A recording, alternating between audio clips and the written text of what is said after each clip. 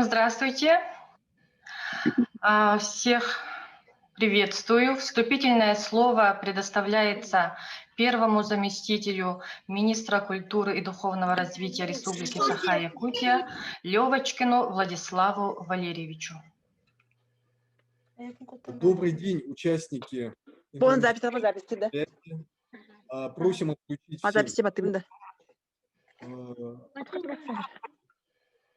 тех, кто не выступает, просим отключить звук, чтобы не создавались помехи. Мы слышим посторонние разговоры. Пожалуйста, используйте возможности средств коммуникации. Приветствуем всех участников информационного мероприятия по системе Брайля, применительно распознавания азбуки Брайля. Данное мероприятие проводится нами совместно с Республиканской библиотекой.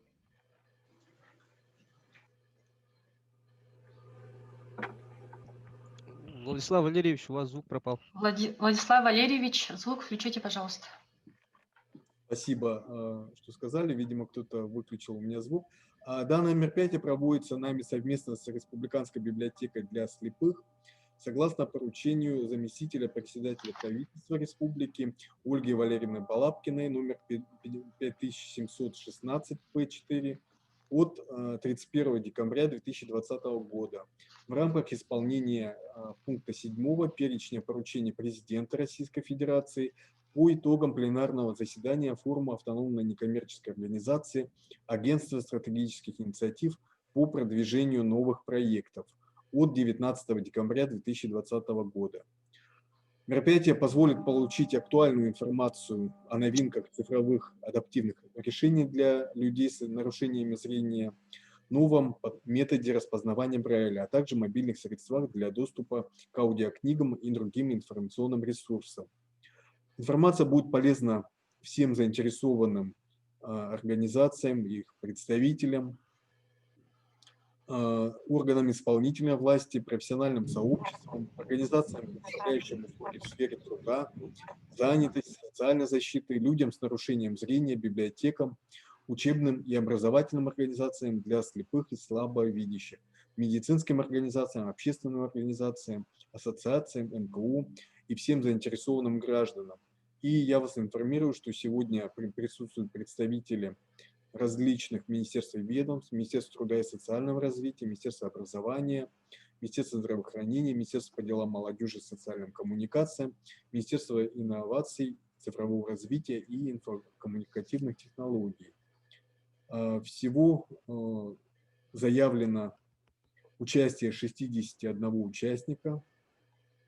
Присутствуют также представители общественных организаций, некоммерческих организаций, родителей незрячих детей.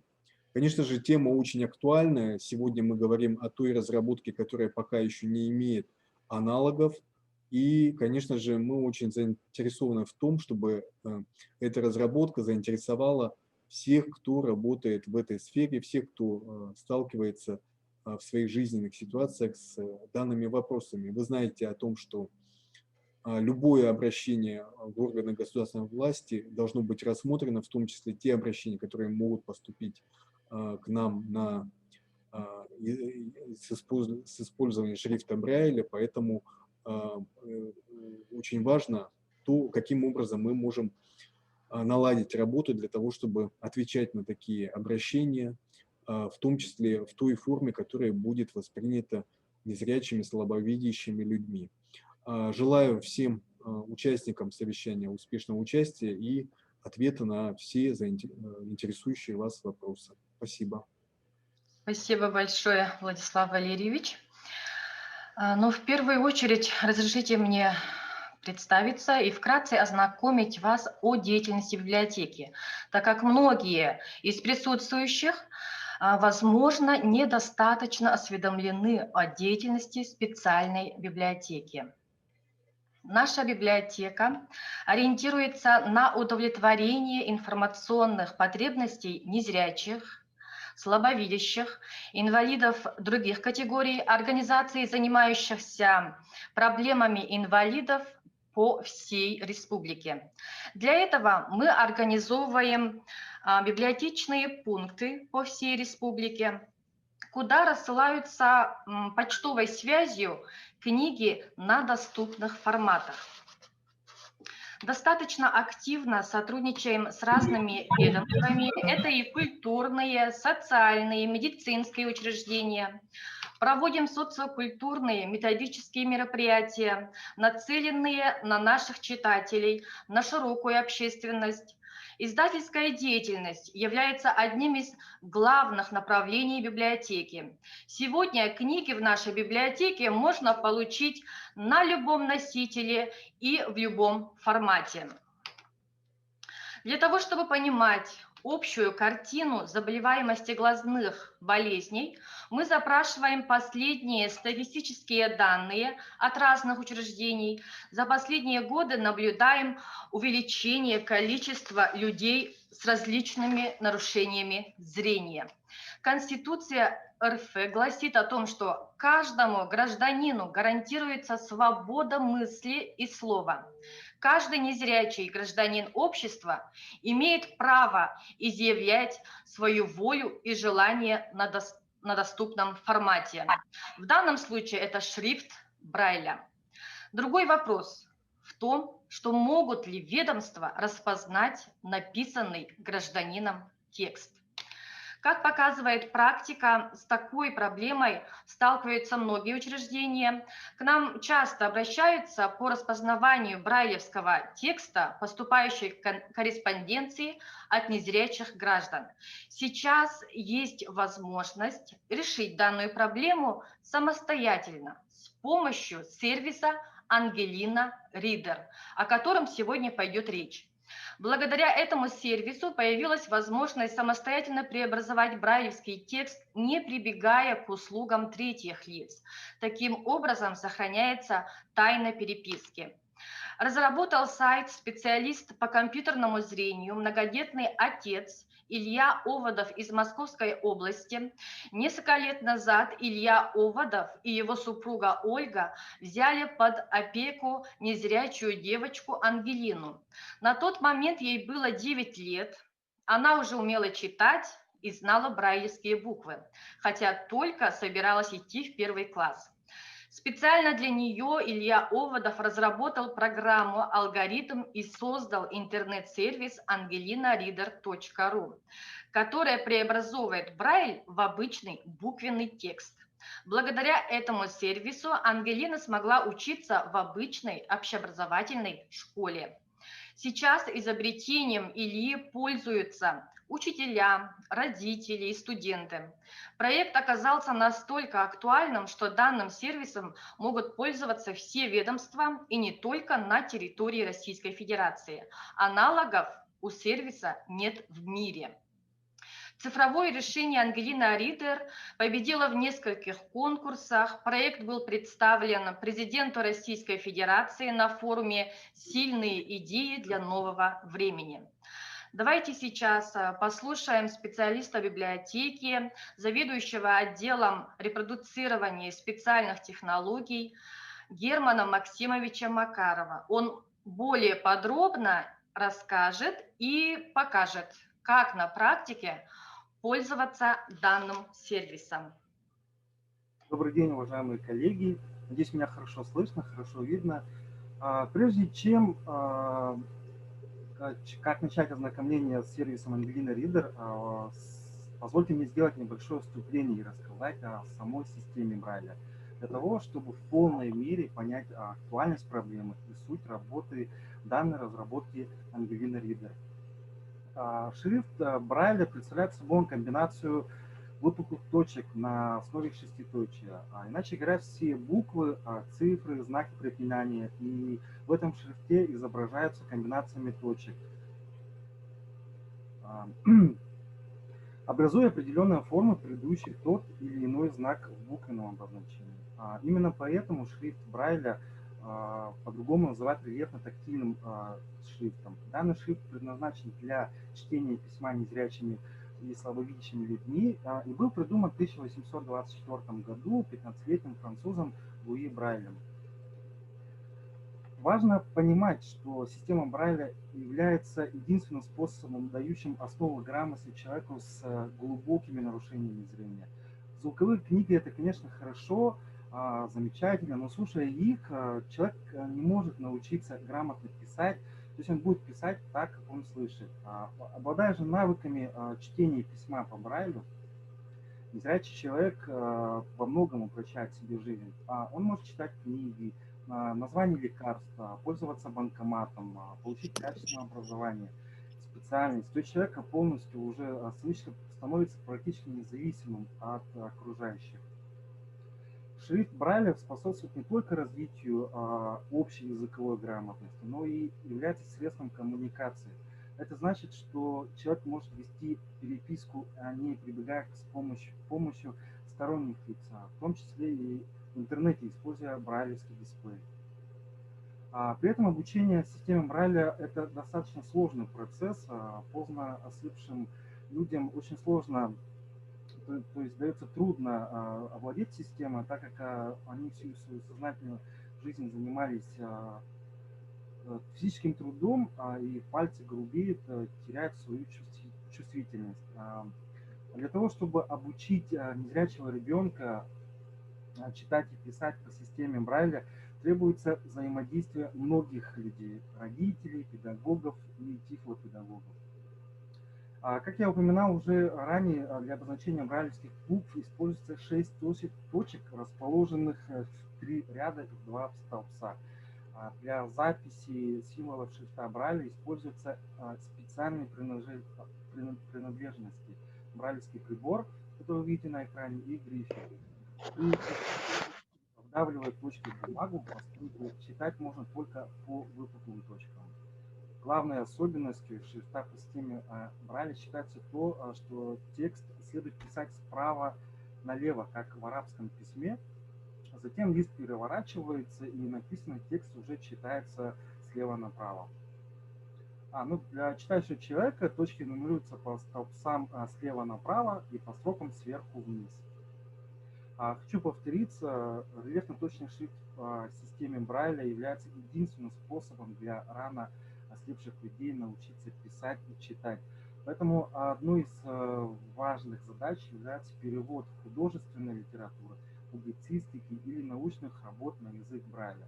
Наша библиотека в год издает более 20 наименований книг по шрифту Брайля. Большинство книг у нас выпускаются краеведческого характера. Также мы печатаем тексты по запросам самих читателей или печатаем по запросам других организаций. Как, например, в прошлом году по запросу Министерства внутренних дел мы напечатали шрифтом Брайля распорядок Дня исправительных колоний. Тут можно еще отметить Министерство труда и социального развития. Оно регулярно нас запрашивает брайлевский текст протокола заседаний шрифтом Брайля. Тут, разумеется, подобный подход исключает всякую дискриминацию, так как на таких заседаниях участвуют в том числе и люди общества слепых. Для информирования и ориентирования в пространстве людей с нарушением зрения используются особые тактильные средства, в том числе и с применением рельефно-точного шрифта по системе Брайля. Мы тесно сотрудничаем с рекламной компанией Time, которая с прошлого года начинает выпускать тактильные таблички у нас в республике. Можно отметить, что она единственная в республике компания, которая выпускает таблички. И все таблички, которые печатаются в рекламной компании Rectime, проходят проверку практикующего брайлиста в нашем учреждении. Шрифт Брайля имеет определенный стандарт обозначения. Точки должны иметь размер 4 на 2 на 7 миллиметров, чтобы одна брайлевская буква полностью помещалась на подушечке пальца. К сожалению, многие учреждения нашего города вроде бы и создают незрячим доступной среды, но без полного понимания необходимых стандартов, что приводит к определенным ошибкам неточности в написании текста. Вот вы сейчас видите на экране, да, в одной из поликлиник нашего города мы сфотографировали эту информационную табличку на дверях, вроде бы и написано по системе Брайля, но незрячий человек эти тексты попросту не сможет прочитать. Как вы видите слева, да, во-первых, номера отделений и кабинетов написаны по Брайлю, но они написаны неправильно. Перед должен быть цифровой знак, который обозначает то, что это цифра, иначе это получается уже какие-то буквы. А во-вторых, эти, как я говорил заранее, есть стандарт, и как вы видите, да, буквы, они вот просто огромные. То есть, когда человек уже при чтении читает одну большую букву, то непонятно, то есть уже невозможно понять по непонятным выпуклостям. Для чего же нам нужно распознавание текста по системе Брайля? Иначе говоря, перевод брайлевского текста в плоскопечатный, обычный буквенный текст. Прежде всего, это необходимо тем, кто работает и общается с незрячими, родителям, родственникам, педагогам, специалистам разных ведомств. Наши сотрудники Брянской библиотеки для слепых владеют основами системы Брайля, но читать пальцами мы не можем. Мы распознаем выпуклые точки визуально при помощи зрения. Это, конечно же, занимает огромное, достаточно большое количество времени, особенно если мы имеем дело с длинными текстами. Например, наша библиотека проводит ежегодно конкурс по письму и чтению по системе Брайля, и в котором, среди прочего, конкурсанты должны написать диктант по Брайлю. Чтобы проверить все эти работы, мы используем сервис по распознаванию брайлевского текста Ангелина Ридер. Или же другой пример. Библиотека выпускает ежеквартальный журнал «Камелек», и многие читатели, брайлисты присылают нам свои литературные работы, пишут письма. В этом случае, чтобы прочитать тоже корреспонденцию, мы используем этот сервис. Надо сказать, что незрячие люди очень творческие, поют песни, пишут стихи, прозу. В прошлом году как раз мы напечатали сборник стихов по произведениям нашего читателя-брайлиста Матрёны Устиновой. Она увлекается прозой, поэзией, и в течение многих лет она сочиняла стихи и записывала их в брайлевском формате.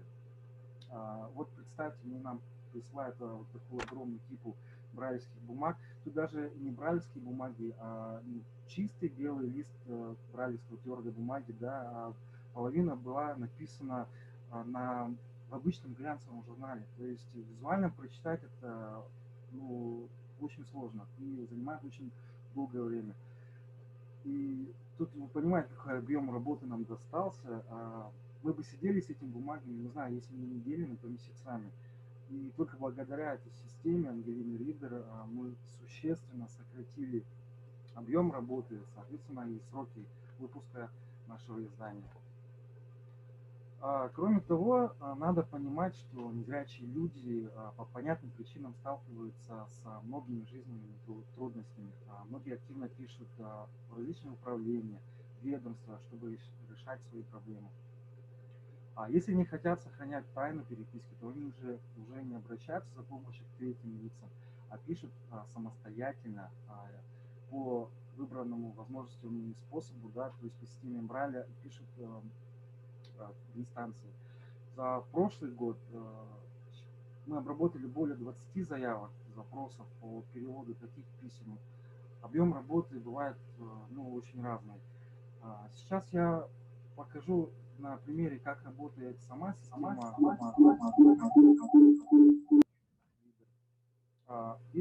Можно зайти через компьютер, можно зайти через телефон, через мобильное устройство. Нужен любой браузер, открываем angelina-reader.ru. Нужно зарегистрироваться, указать электронную почту и фамилия, имя, отчество пользователя, кто будет пользоваться этой системой. И тут важно, что нужно обязательно нажать на галочку «Я согласен». Сейчас мы попробуем, я текст изначально уже сфотографировал брайлевский, как мы сейчас попробуем с вами загрузить и распознать его. Язык текста мы поставим русский. Я попробую сейчас загрузить файл. Секундочку.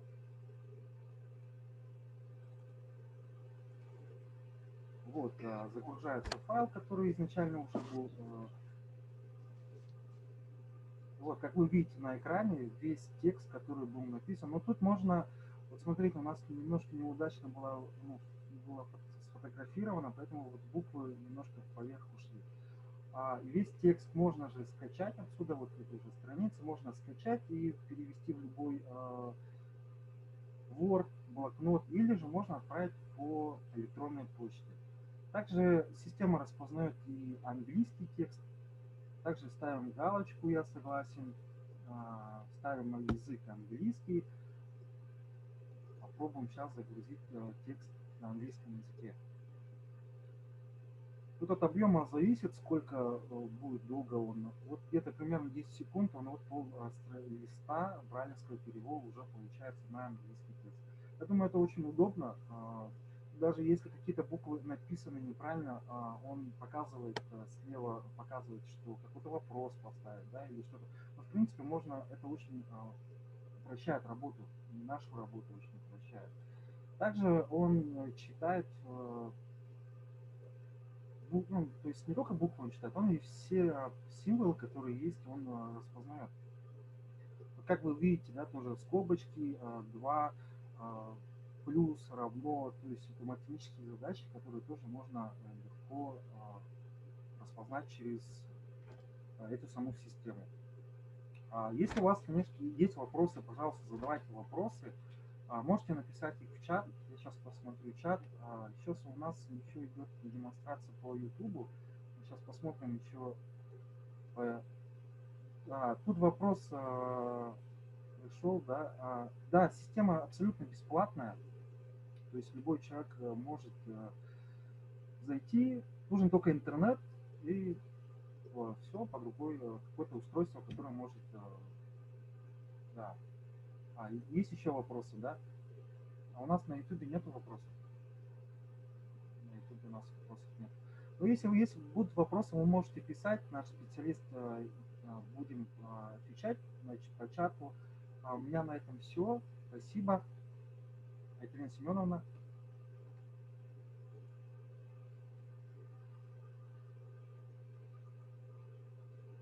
Екатерина Семеновна, вас не слышно. Звук включите, пожалуйста. Спасибо большое, Герман Максимович. Да, сервис действительно бесплатный абсолютно. Он находится на angelinareader.ru. Далее мы предоставляем слово технологу библиотеки Дмитрию Владиславовичу Калашникову. Он расскажет о новинках программных средств, о новой версии мобильного приложения. Тема на сегодняшний момент тоже актуальная, нацеленная в основном на людей с нарушениями зрения, но мы считаем, что каждый сознательный гражданин должен быть знаком с подобного рода информацией. Пожалуйста. Всем здравствуйте. Меня зовут Дмитрий Калашников, я технолог библиотеки для слепых. Хочу поблагодарить всех, что посетили наше мероприятие. Мы считаем оно очень важное и нужное. И я бы хотел рассказать о программных средствах для незрячих и слабовидящих людей. Вот что для нас с вами является каждодневной рутиной, для них это полоса препятствий. Вот, и путь, по которой мы с вами можем им облегчить, в меру нашей возможностей, конечно. Компьютеры, гаджеты, интернет могут быть доступны для незрячих и слабовидящих. В каждом современном устройстве, которое на данный момент существует, будь то Android, будь то iPhone, iPad, iOS-системы, или давайте возьмем Windows, да, у нас большинство программ сейчас на Windows. И в каждой из этих программ есть адаптивные программы, они называются еще программы экранного доступа. Смотрите, любой человек незрячий, даже с полной потерей зрения, может воспользоваться компьютером, планшетом, сенсором, также наравне с нами, да. Это проблем нету. Главное человеку помочь, включить эту программу и научить его пользоваться этой программкой. Вот, например, на Android есть программа Talkback. Мы уже активно изучили ее, постоянно пользуемся, консультируем по этой программе. Для iOS-систем есть программа VoiceOver. Это тоже озвучка экрана, озвучка всего, что происходит в телефоне. В Windows, наверное, всем знакомо в Windows, что есть экранный диктор. просто им мы редко пользуемся. В новых версиях Windows он уже достаточно сильный, он может озвучивать интернет-текст, разметку интернет, так что проблем не возникает. Поэтому вот, если незрячий человек начинает пользоваться компьютером, ему можно помочь, включив эти программы. Сейчас они очень развились, и я думаю, что дальше будет больше, они будут быстрее и читать изображения, описывать видео и так далее. Давайте я расскажу про одну интересную программку. Она называется SuperSense. Она доступна на Play Market и App Store. Так, она чем занимается? Она описывает вам окружающий вас мир, если вы его не видите. Допустим, вы можете отыскать дверь, человека, телефон или, допустим, кота. Я походил по дому и позаписывал этой программой вот, окружение. Давайте я покажу, что у меня получилось.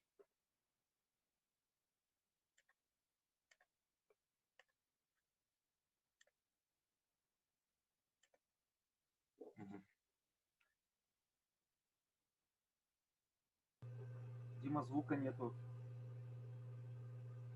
А мы сейчас запустим.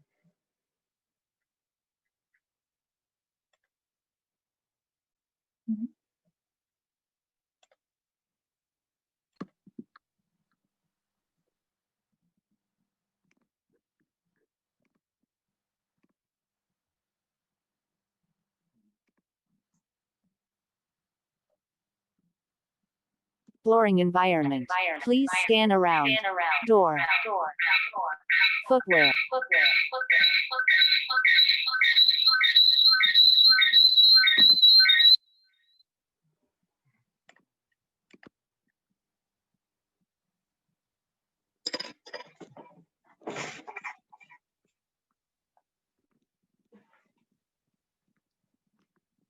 Cat.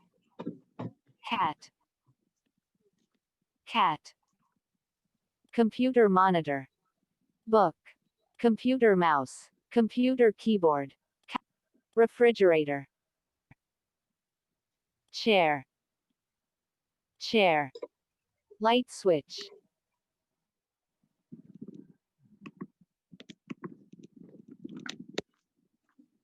Так, вот смотрите.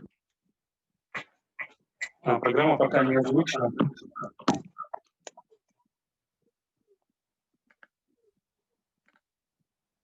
Программа пока что не озвучена на русский язык, но разработчики обещают в скором времени подключить эту функцию. Вот и мы, думаю, увидим уже приложение, которое сможет описывать мир человеку, который его не видит. Я пробовал походить слепую по квартире, она говорит, где двери, куда мне взять кружку и что туда налить. Вот. Так что это достаточно крутая разработка, я думаю, она работает там на каких-то нынче модном искусственном интеллекте.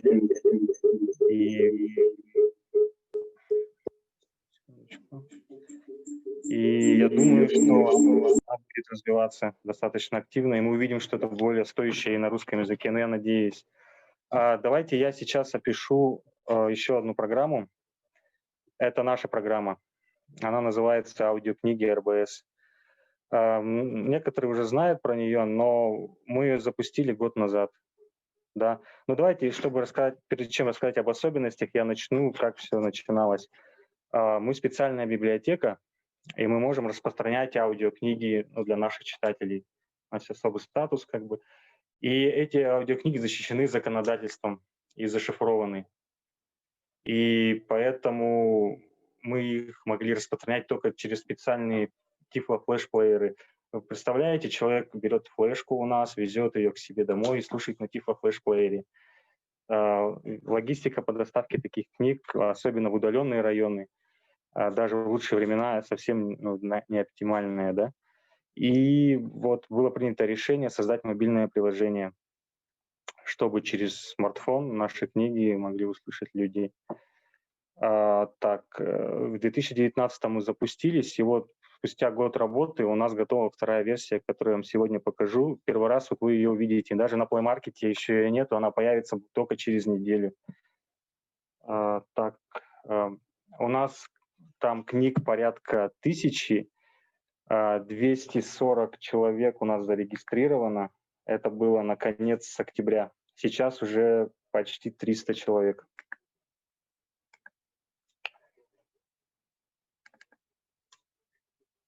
Так, да, и у нас, смотрите, записано более 30 подкастов. Это с начала 2017 года. Что еще? Если посмотреть по зарегистрированным пользователям, на Якутск приходится 37%, а остальное это по районам. Мы стараемся постоянно мониторить, кто откуда заходит и как они пользуются приложением. Это помогает в разработке, это аналитика, сами понимаете. Так, вот мы смотрим статистику, кто как слушает, посещения. Это тоже очень удобно, чтобы смотреть, что кому нравится. Я не показываю, какие книги и люди, потому что персональные данные, вот только общую информацию.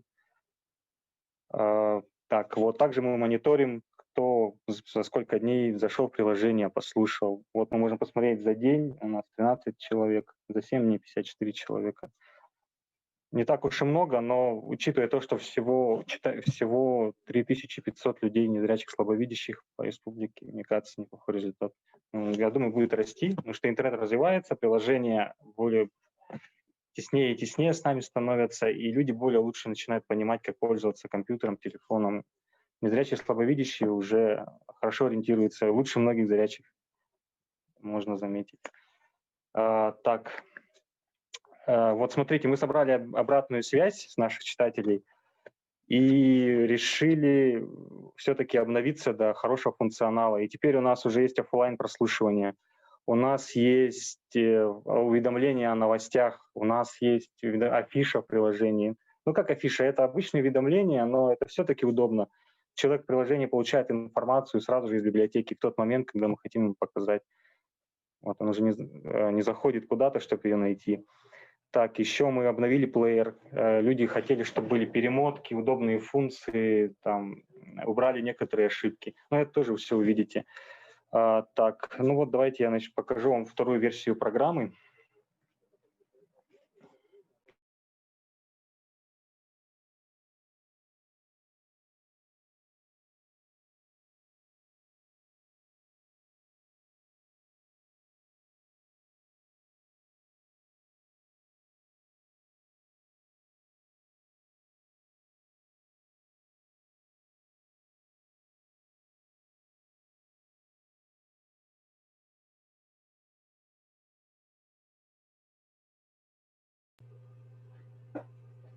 Звук.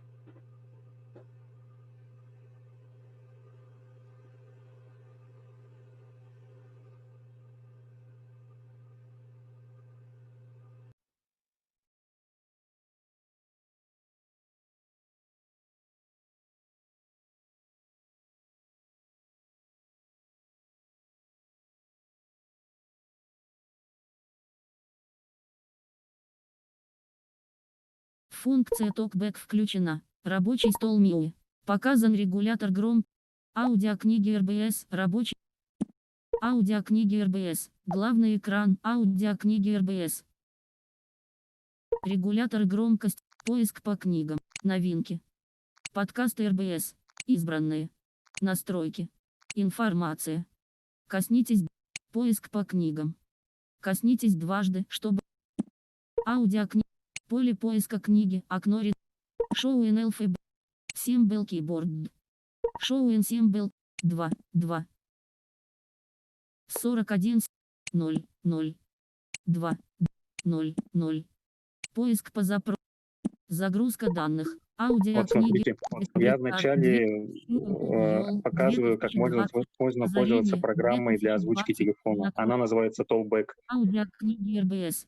И практически полностью ослепшие люди могут спокойно пользоваться сенсором, вообще без проблем. В данный момент я захожу в книжку и пытаюсь ее прослушать. Она слушается, открывается. Вот как видите, это наш новый плеер с перемотками. Винокуров. Озарение. Сборник стихов. Ярославль, 2016 год. Пауза, кнопка. Добавить в избранные. Кнопка. Вот я добавляю книжку в избранное. Добавлено в избранное. Программа подходит как для людей с полной потерей зрения, так же и слабовидящих. назад. Аудио избранные. Коснитесь Избранные дважды, заходим. чтобы активировать. И находим нашу книжку Нажмите озарения, которую мы послушали. И, допустим, вы Нажмите, хотите ее чтобы добавить, сохранить на озарение телефон, чтобы потом прослушать, 2020. когда у вас не будет Нажмите, чтобы интернета. сохранить аудиокнигу в телефоне. Коснитесь дважды, чтобы активировать. Вы Включено. можете сохранить Нажмите, книгу. чтобы Давайте удалить вот мы сохраним аудиокнигу в книгу, телефоне. и пока Назад. что-нибудь еще поделаем. Я опишу вам другие Аудиокниги функции РБС. приложения. Избранные. Поиск по книгам. Аудиокниги РБС. Поиск по запросу. Загрузка данных. Вот можно Без названия воспользоваться вверху. Запись экрана общим внизу. списком книг. Загрузка завершена. Здесь наши все книжки Аудиокниги и РБС. подкасты. Полная Это библиотека тоже новая книг. функция. Читатели очень Аудиокниги сильно РБС. просили, мы ее внедрили. 2025. Радиоволны Вот я РБС. нахожу подкаст 31 из 753 в списке. и открываю. 704 возраста. Индрайвер от Якут. Мгм. Аудиокниги РБС. Плеер. Индрайвер. Аудиокниги РБС. Управление мультимедиа. Фрагмент Видите, 1 книга, из в данный момент, 17. пока вы Том добавили 5. книгу в Китай, избранное, она Катамана. закачивается, и вы можете слушать что-то другое. Проблем не возникает.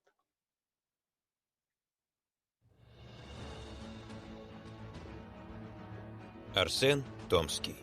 Индрайвер. От Томский. Якутска Фрагмент. до Кремниевой долины. Перевод. История создания глобальной технологической. Передо мной Перемотка лежит 10 бескрайнее секунд. море из облаков. Под ним невидимые Давайте танзанийские тогда точки сейчас Евфрата пробежимся на по вершине остальным меню. Килиманджаро, самой Следующий высокой фрагмент. горы Африки.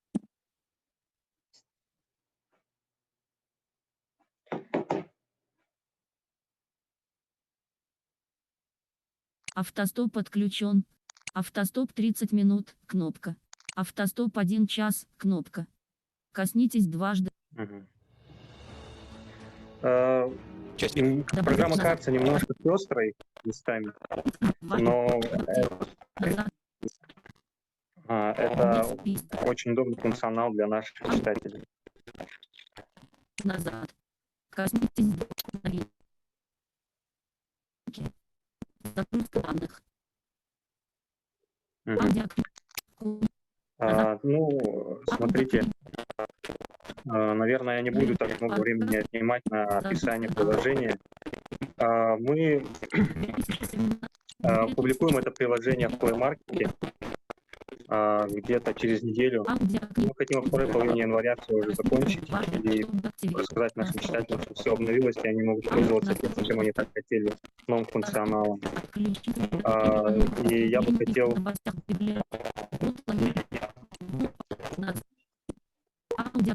Информация. Я бы хотел, наверное, уже подытожить. Смотрите, хорошо, что мы занимаемся вот таким делом, что помогаем людям, и надеюсь, что у нас будет все получаться и дальше. И то, что мы собираемся на такие мероприятия, где обсуждаем такие вопросы, чтобы внедрять какие-то новые средства цифровые, в том числе, да, для помощи людям, это круто, поэтому всем спасибо, что послушали, до свидания, всего хорошего. Спасибо, Дмитрий Владиславович. Вот тут вопросы от Котельниковых. Ага. Дмитрий, смотрите, да, за чатом? Да. Угу. Сейчас я открываю чат. Система Talkback очень хороша, но когда ее подключаешь для использования этой системы, телефон любой марки, телефон от загрузки начинает плохо работать. Все системы приложения отказывают. Кроме этого, в приложениях новых, которые разработаны для незрячих, чтобы, например, ходить на территории в любых местах, в том числе по городу, одно и только приложение занимает много места в телефоне. Смотрите, да, есть такая проблема. Вы, наверное, про программу OSM, GSM, да, как-то она называлась, которая использует навигацию и озвучку параллельно. Есть такая программа, возможно, вы про нее говорите. Да, есть программы, которые отнимают много места. Но смотрите, телефоны сейчас развиваются, и объем памяти увеличивается. Мы от этого даже мы особо не могли далеко уйти, когда разрабатывали приложение, потому что ресурсы требуют, новые технологии требуют больше ресурсов. И что касается толбека, который заедает, да, Fallback местами мешает пользоваться телефоном. Ну, конечно, не сравнить, когда вы пользуетесь телефоном, вот когда вы видите, что нажимаете, а тут какая-то программа сверху налаживает какой-то фокус свой и постоянно озвучивает, мешается, да. Но это пока что одна из лучших программ разработка это же разработки гигантов Google, Apple, VoiceOver, Microsoft свой придумала диктор. Я пока не встречал вот именно лучших программ. Я думаю, они будут развиваться, и со временем мы увидим более крутые системы, которые будут работать прямо онлайн и быстро все озвучивать. Так что, ну пока так, новые телефоны уже более лучше работают с этой технологией. И еще вот тут у меня вопрос поступил. Как получить доступ в мобильное приложение? Чтобы получить доступ в мобильное приложение, вы должны быть читателем нашей библиотеки. Это значит, что у вас должны быть какие-то ограничения, да, по восприятию информации из книг, затруднение чтения или инвалидность по зрению. Вы можете обратиться к нам в библиотеку. Если вы не читатель, стать читателем. Если читатель, просто подойти, мы выдадим вам логин и пароль, вы можете пользоваться приложением. Спасибо. Ага. Действительно, вот мы стремимся на то, чтобы мобильное приложение стало самодостаточной программой, которая покроет все потребности пользователей нашей библиотеки. И хочу призвать участников, пожалуйста, давайте вместе распространять информацию об Ангелине Ридер, об ее актуальности, о возможностях.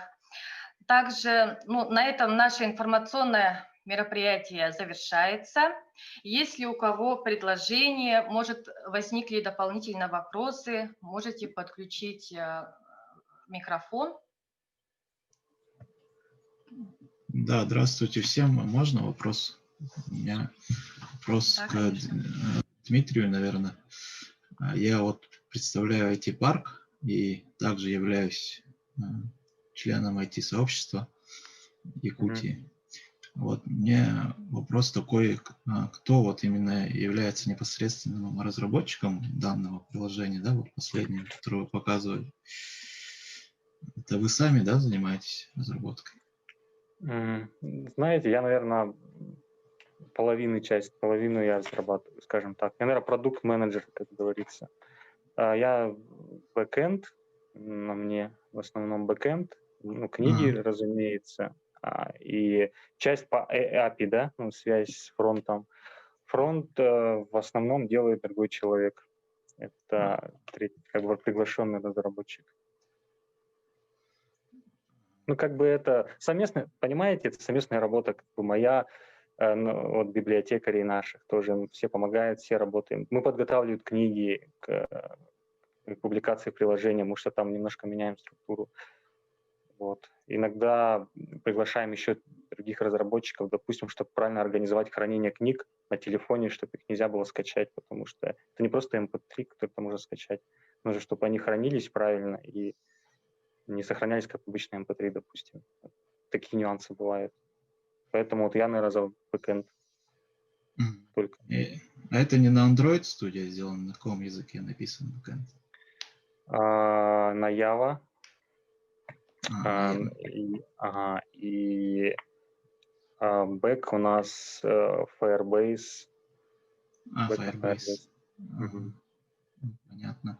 А вот у Ангелины Ридер, да, это open-source разработка, да, оказывается, у них код выложен на GitHub, и, мне понравилось, да, что там можно коммитить, можно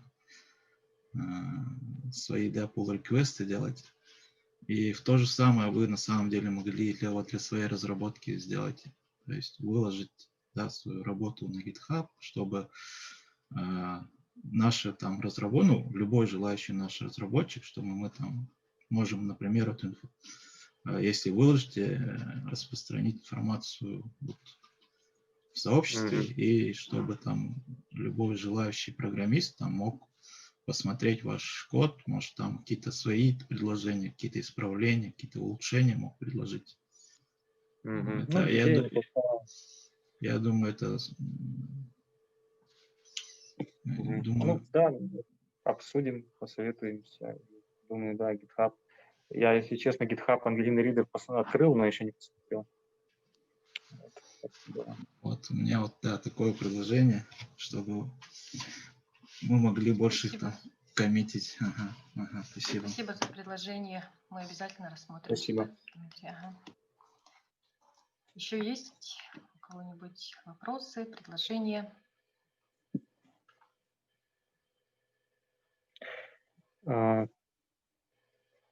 Видимо, так, все. В чате у меня ничего нету.